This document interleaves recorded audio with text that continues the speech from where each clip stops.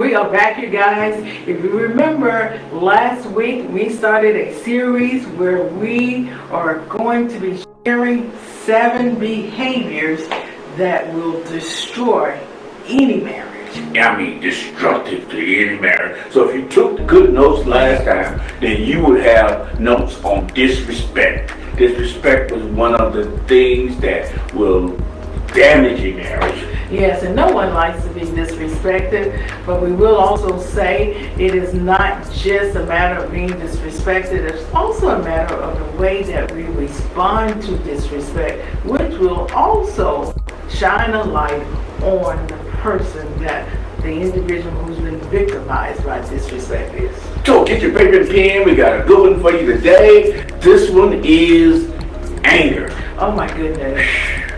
Anger. Now listen, before you go any further, we're going to let you know that if you're married, anger is going to come into your marriage. So we're not going to sit here and say we anger. Have you ever been angry? Oh, absolutely not. Okay, I thought you were going to tell me always been love. No. Ooh, we've had disagreements. We've had disagreements that boiled over. We have disagreement that carries over. But the key to anger, the key to getting anger out of your marriage is closing that mouth. Mute. Is there a remote? And I know you want to say it. I know you want to get it out. But think before you speak. Oh my God. And yes, think before you speak. Breathe before you speak. Because a lot of times you might have what they call layered anger.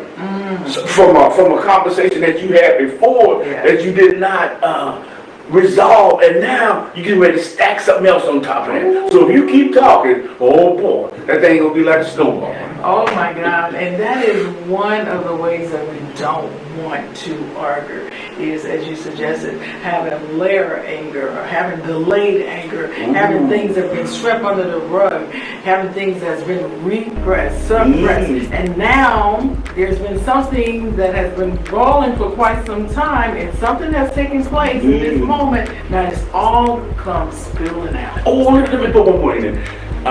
Hereditary anger. Oh, ancient. Anger, the ancient anger that you were brought into the marriage. Oh my goodness. That you got hereditary. Sometimes your family fly off the handle and boom, you go with it, right? And that's no small matter. Although we're laughing, we realize that is no small matter because we know that anger can be very destructive.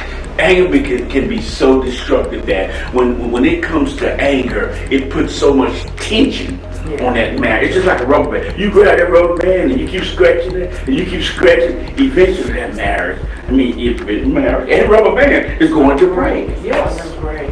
Yeah. So here's the thing. Getting an ideal about, getting clues about what does anger look like and feel like for you, you have to do a self-assessment. And one of the self-assessments that you can do to get an indicator about you, the way that you handle anger, is looking at your family of origin that you suggested, right? Yes. But also you can look at what takes place for you inwardly, physiologically in your body when your spouse does something and it really disappoints you, it frustrates you, it irritates you. What's happening inwardly in your body?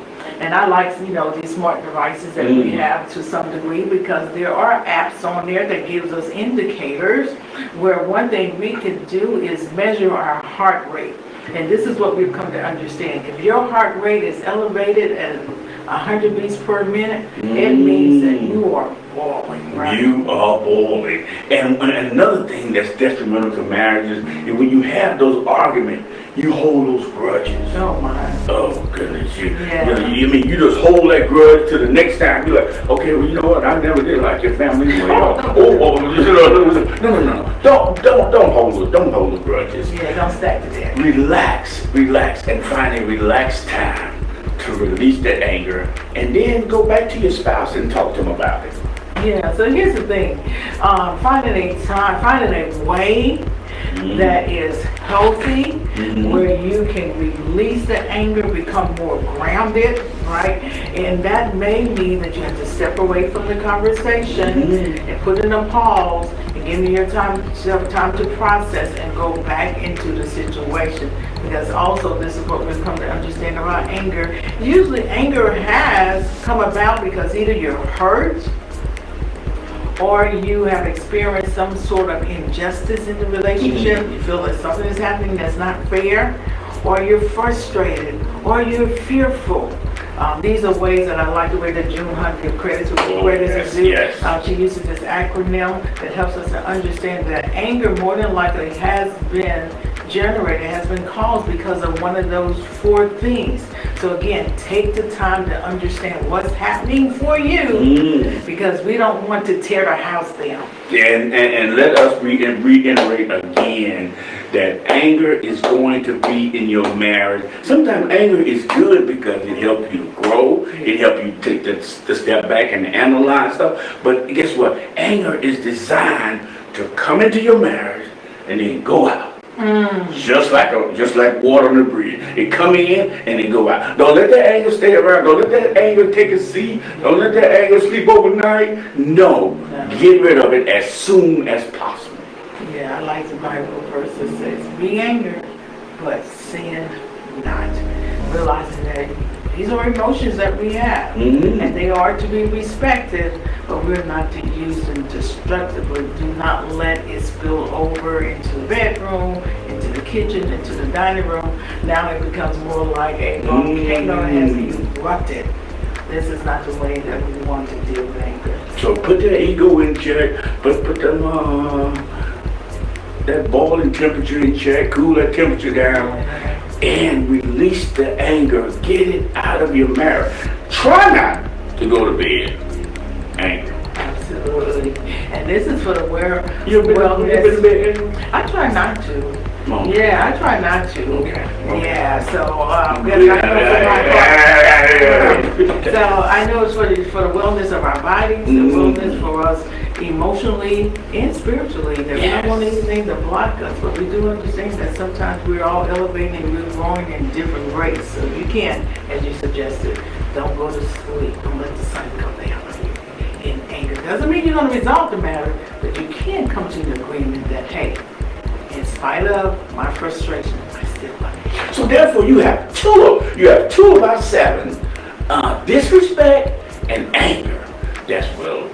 That's detrimental to a marriage. So what's your takeaway there? My takeaway is, hey, you're gonna be angry. We all get angry and disappointed at various times. But the truth of the matter is, the growth shows up in the way that we manage the anger. It's all about management of it. Oh yeah, you got to go. Mine is zip your mouth and think before you speak.